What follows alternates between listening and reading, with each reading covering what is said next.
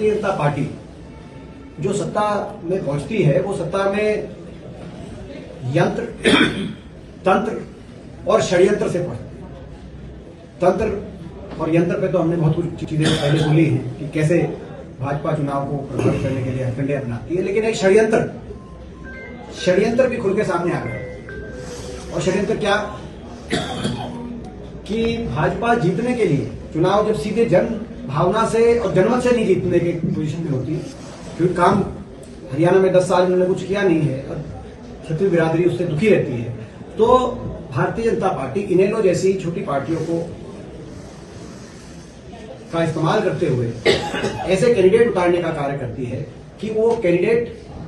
विपक्ष की वोट और कांग्रेस की वोट में उन कैंडिडेट्स कुछ डेंट मारे, कुछ और बीच में से भारतीय जनता पार्टी अपने प्रत्याशी को जिताने का, ये बहुत बड़ा षड्यंत्र चल रहा है।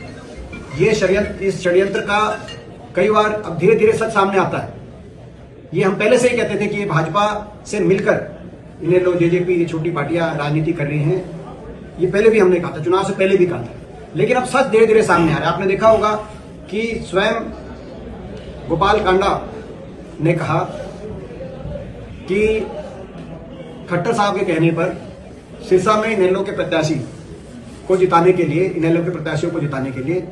उन्होंने पूरा जोर लगाया। जो इनेलो के प्रत्याशी सिरसा में अभय सिंह जी, उनका लड़का रानिया से आपने देखा,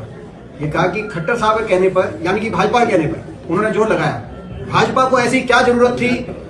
गोपाल कांडा से जोर लगवाने की कि अभय सिंह और उनके लड़के रानिया में उनके जो प्रत्याशी थे उनको जिताने का प्रयास करे? ऐसा क्या इनेलो उनके लिए काम करती थी? और क्या काम करती थी वो खुलासा मनीष ग्रोवर जी ने,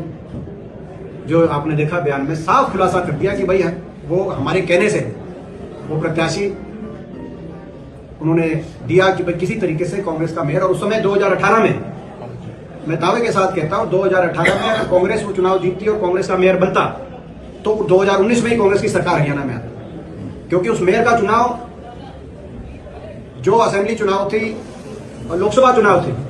लोकसभा चुनाव के कुछ महीने पहले चुनाव था, और उस लोकसभा चुनाव, रोहतक लोकसभा चुनाव, जिस चुनाव का बहुत बड़ा असर 19 के विधानसभा चुनाव में पड़ने वाला था, उस रोहतक लोकसभा चुनाव में मुझको रोकने के लिए भाजपा के सारे षड्यंत्र चल रहे थे, जो उन्होंने खुद कहा मनीष ग्रोवर जी। हर तरीके से जनमत और जन भावना को रोकने के लिए इस तरह के सारे साजिश और षड्यंत्र रचने का कार्य हो रहा था। ये आज प्रदेश की जनता के सामने ये बात आ गई है। जो हम कहते थे वो आज इनके जबान पे सच आ गया, सच इन्हीं की जबान पे आ गया। हम क्या कहें, जनता जागरूक है, जनता ये समझ रही है, और आने वाले समय में जनता ये जो इन सारे षड्यंत्रों की वजह से प्रदेश में 40-40 प्रतिशत बराबरी में केवल मात्र 14,000 वोटों के अंतर से इतने बड़े 3 करोड़ की आबादी प्रदेश में जो ये सरकार बनी है, वो इस तरह के षड्यंत्रों की वजह से बनी है। जनता समझ गई और इस तरह के षड्यंत्रों को आगे आने वाले समय में जनता सफल नहीं होने देगी, और ऐसी पार्टियों को जो ऐसा घिनौना काम करते हैं, इस तरह का षड्यंत्र रच के, ऐसी पार्टियों को पूरी तरीके से दरकिनार और नकारने का कार्य आने वाले समय में जनता करेगी। सब्सक्राइब करें देश रोजाना के YouTube चैनल को और नई वीडियो की नोटिफिकेशन पाने के लिए बेल आइकन जरूर दबाएं। अगर आप ये वीडियो Facebook या Instagram पर देख रहे हैं तो पेज को लाइक और फॉलो जरूर करें और ज्यादा से ज्यादा शेयर करें।